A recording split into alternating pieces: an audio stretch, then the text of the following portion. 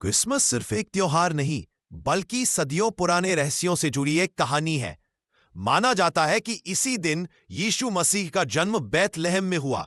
उनके जन्म के समय आकाश में एक अद्भुत बैतलहम का तारा चमका, जिसने दूर दूर से आए 3 पुरुषों को रास्ता दिखाया। आज भी यह तारा लोगों के लिए ईश्वरीय संकेत या रहस्यमयी खगोलीय घटना माना जाता है।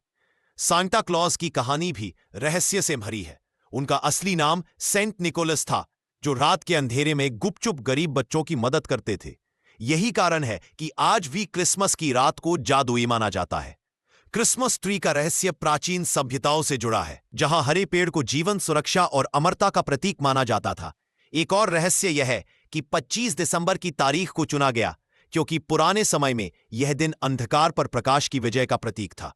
इसलिए क्रिसमस सिर्फ तोहफे और सजावट नहीं, बल्कि आस्था, प्रकाश और आशा का रहस्यमयी संदेश है।